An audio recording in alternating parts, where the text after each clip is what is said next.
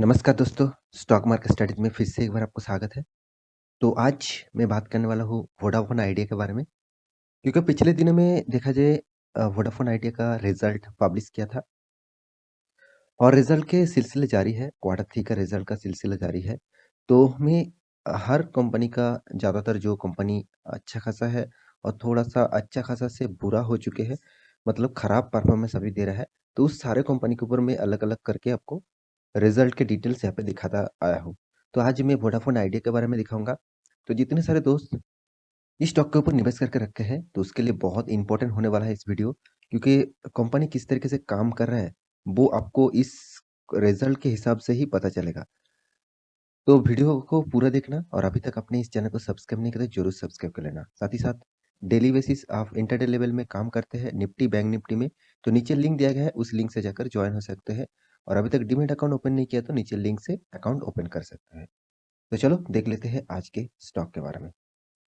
सबसे पहले मैं चार्ट पैटर्न के ऊपर आ चुका हूँ। पहले देखिए कंपनी एक पेनी स्टॉक बन चुके हैं। अभी फिलहाल टू डिजिट में है, तो पहले 1 डिजिट में चल रहा था कोरोना से बाद। तो यहाँ पे जो इसका फिगर है, मैं एक इसका 5 दिन का चार्ट पैटर्न ओपन कर दूँ, तो एक बात यहाँ पे बता दूँ, देखिए मार्केट ठीक-ठाक चल रहा था, मतलब स्टॉक ठीक-ठाक चल रहा था। सडन गिरावट हुआ और मतलब देखा जाए एक डाउनफॉल में जाकर क्लोज़ हुआ। करीबन 2% तक गिरावट पिछले दिनों में देखने को मिला। इसके पीछे और कोई कारण नहीं, इसके पीछे सिर्फ एक ही कारण है, वो है क्वार्टर 3 का रिजल्ट। क्योंकि कंपनी हर क्वार्टर में लॉस कर रहा है, हर साल में लॉस लॉस कर रहा है और इस क्वार्टर में भी कंपनी लॉस किया है। तो इस लॉस का इन्फॉर्मेशन पहले ही आ चुके थे। रिजल्ट तो बाद में आया, तो उससे पहले इसका कन्फर्मेशन आ चुके थे, तो इसलिए दिग्गज इंस्टीट्यूशन जो है, वो इस पे जबरदस्त सेलिंग किया। तो उसके बाद देखिए मैं 5 दिन का चार्ट पैटर्न ओपन कर दूँ, 5 दिन में करीबन 7% तक आपको डाउनफॉल देखने को मिला, मतलब 7% आपका नेगेटिविटी।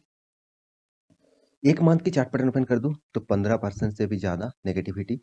6 मंथ के चार्ट पैटर्न ओपन कर दूँ, तो यहाँ पे पॉजिटिविटी है, क्योंकि 27% यहाँ पे आपको रिटर्न मिला है। तो देखिए कंपनी का प्राइस रेंज ₹5 के नीचे भी चला गया था। मैं 1 साल की चार्ट पैटर्न ओपन कर दूँ, तभी आपको पता चलेगा। कंपनी का प्राइस रेंज ₹5 करीबन ₹5.5 तक चला गया था। उसके बाद धीरे-धीरे अपटर्न होकर करीबन कंपनी ₹16 तक जा चुके थे और फिलहाल जो 1 साल की परफॉर्मेंस है, वो भी देखिए 7% नेगेटिविटी। 5 साल की बात करूँ तो 74% तक डाउनफॉल, 75% बोल सकते हैं। मतलब आपका अ 1/3% फंड का लॉस में चल रहा है। तो मैक्सिमम चार्ट पैटर्न ओपन कर दूँ, तो देखिए मैक्सिमम भी कितना डाउनफॉल हो चुके हैं। तो मैं यही कहूँगा कंपनी के बारे में, कंपनी के ऊपर डिटेल्स ना चेक करके आप निवेश मत कर देना, क्योंकि मैं यहाँ पे आपको डिटेल्स दिखाने वाला हूँ, कंपनी का क्वार्टर का रिजल्ट दिखाने वाला हूँ। उस रिजल्ट से ही आपको पता चलेगा कंपनी किस तरीके से परफॉर्मेंस कर रहा है। तो यहाँ पे मैं रिजल्ट के ऊपर आ चुका हूँ। यहाँ पे जो फिगर है वो लक्स में दिया गया है, मिलियन में दिया गया है। फिगर थोड़ा-सा देख लेते हैं कौन-सा किस में दिया गया है। हाँ, तो मिलियन में दिया गया है फिगर, तो मिलियन में इसके हिसाब से आप देखेंगे, तो यहाँ पे देख सकते हैं कंपनी का फर्स्ट कॉलम में जो है, वो क्वार्टर 3 मतलब इस क्वार्टर का रिजल्ट। सेकंड कॉलम में जो है वो क्वार्टर 2 पिछले क्वार्टर का रिजल्ट। थर्ड कॉलम में है क्वार्टर 3 मतलब पिछले सालों का थर्ड क्वार्टर का रिजल्ट। तो यहाँ पे देख सकते हैं कंपनी का इनकम, इनकम कहाँ से आते हैं? Services revenue, sale and trading goods and others income. कुल मिलाकर जो इनकम आया वो देखा जाए 97,173। पहले ही जो पहले क्वार्टर जो था वहाँ पे 94,064। पिछले सालों में क्या था 1,08,941। मतलब यहाँ से यहाँ का जो परफॉर्मेंस है बहुत कम देखने को मिल रहा है और यहाँ का जो परफॉर्मेंस है वो अच्छा देखने को मिला है। मतलब पिछले सालों में जो कंपनी ने इनकम किया था वो ज़्यादा था इस सालों के कंपैरिजन में। देखिए पहले ही कंपनी एक जो परफॉर्मेंस यहाँ पे दिखा रहा है वो थोड़ा-सा नेगेटिविटी में है। क्योंकि देखिए इनकम में अगर कम हो गया तो बाद में तो कंपनी का परफॉर्मेंस और भी खराब हो जाएगा। क्योंकि देखिए टोटल इनकम के बारे में बात करूँ तो यहाँ पे अब रेवेन्यू अदर्स इनकम से टोटल देखा जा रहा है। तो टोटल इनकम के बारे में बात करूँ देखिए 97,500 94,300, 1,09,300। तो ओवरऑल यहाँ से भी कम देखने को मिला।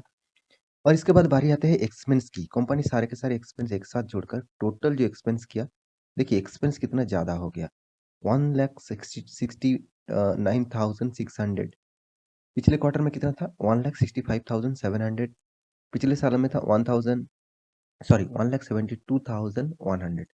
ओवरऑल बात करूँ, कंपनी का इनकम जितना हुआ उससे ज़्यादा, उससे डबल कंपनी ने यहाँ पे एक्सपेंस किया। तो इस तरीके से एक्सपेंस होने के लिए कंपनी किस तरीके से प्रॉफिट कमाएगा।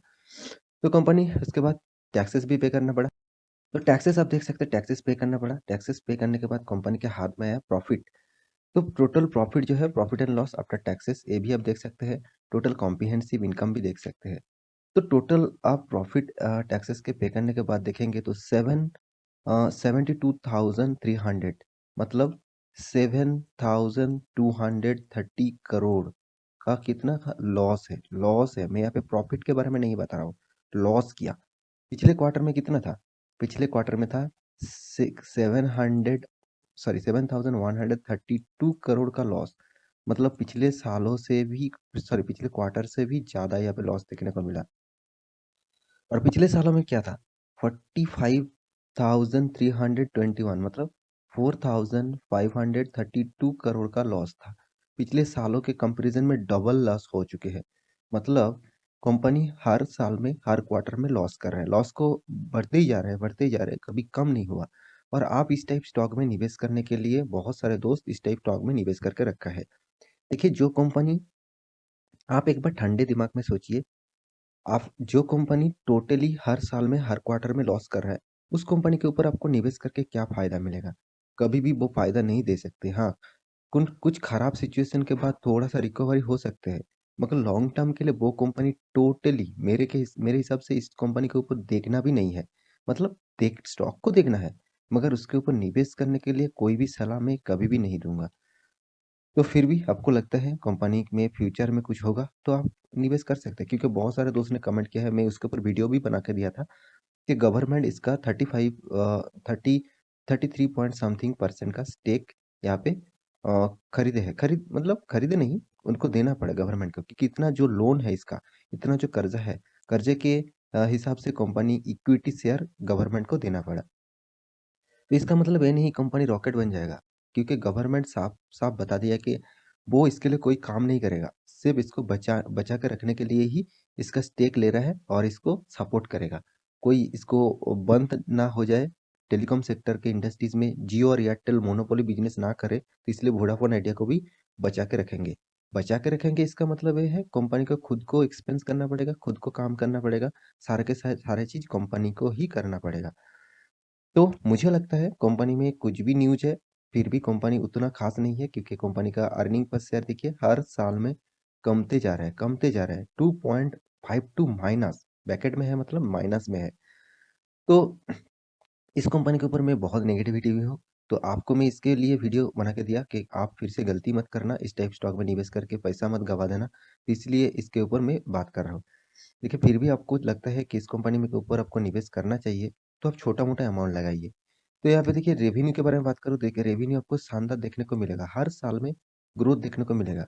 मगर नेट प्रॉफिट के बारे में जब भी बात करूँगा, तभी देखिए 74,000 करोड़ से भी ज़्यादा लॉस। 2021 में कितना हुआ? 44,000 करोड़ से भी ज़्यादा लॉस। तो इतना बड़ा लॉस लेकर जो कंपनी चल रहा है, उसमें निवेश करके आपको क्या फ़ायदा मिलेगा? मुझे तो पता नहीं। अब रिटर्न ऑफ इक्विटी के बारे में बात करूँ, तो वो भी देखिए इतना बड़ा 1200 माइनस रिटर्न ऑफ इक्विटी, इतना बड़ा रिटर्न ऑफ इक्विटी नेगेटिव में मैं आज तक कोई भी स्टॉक में नहीं देखा। तो डेप्थ ऑफ इक्विटी के बारे में बात करूँ, तो डेप्थ तो बहुत ज़्यादा ही है, बहुत सारा डेप्थ कंपनी लेके रखा है। तो कंपनी का जो शेयर होल्डिंग है, देखिए प्रोमोटर के पास 72% होल्डिंग है। बहुत सारे दोस्त अभी कमेंट करेंगे, सर प्रोमोटर यहाँ पे निवेश करके रखा है इतना, वो शेयर नहीं बेच के जा रहा है, तो आप कह रहे हैं फिर भी कंपनी खराब है। देखिए मैं कंपनी जरूर खराब कहूंगा, क्योंकि प्रोमोटर को पता है कंपनी चले ना चले, मुझे तो रहना ही है। अगर मैं शेयर को बेचूं तो और भी शेयर में गिरावट हो सकती है, तो इसलिए प्रोमोटर खुद यहाँ पे बने हुए हैं। तो एफ एस देखिए, एफ एस कितना माल उठा के रखा, 4.20, एकदम ना के बराबर। डीएस ने कितना रखा, डीएस ने देखिए 1.37, ना के बराबर। उसके बाद ज़्यादा माल उठा के कौन रखा? पब्लिक 22.37 क्योंकि उसको लगता है कि इस कंपनी में निवेश कर दूँगा और अभी 2 डिजिट में चल रहा है और अभी 3 डिजिट में जब हो जाएगा, मेरा फंड बहुत-बहुत गुना हो जाएगा। मेरा फंड 7-8 गुना हो जाएगा। तो देखिए इस तरीके से गलतफ़हमी में ना घूमना ही अच्छा है क्योंकि इस तरीके से निवेश करके आपका पैसा आप हमेशा लॉस में ही लेके जाएँगे, कभी भी प्रॉफ़िट नहीं होगा। तो ये था कंपनी का डिटेल्स और बाकी आपकी मर्ज़ी, आप स्टॉक में निवेश करेंगे कि नहीं करेंगे। क्योंकि मुझे इस स्टॉक स्टॉक के ऊपर बिग क्रॉस देना है क्योंकि इस टाइप स्टॉक में मैं कभी नहीं निवेश नहीं करता हूँ। जो कंपनी का पेनी स्टॉक बहुत सारे हैं, उसमें आप निवेश कर सकते हैं, जिसका परफ़ॉर्मेंस ज़बरदस्त थोड़ा-थोड़ा करके हो रहा है, उसके ऊपर निवेश करिए। जो कंपनी लॉस कर रहा है, हर साल में लॉस कर रहा है, उस कंपनी के ऊपर निवेश करके क्या फ़ायदा? तो आशा करता हूँ सारी जानकारी आपको मिल चुका है। तो मेरे वीडियो अच्छा लगे तो लाइक करना, दोस्तों के साथ शेयर करना और चैनल को सब्सक्राइब भी करना। मिलते हैं नए स्टॉक लेके, तब तक के लिए अच्छे से रहिए, अपना ख्याल रखिए। Bye bye.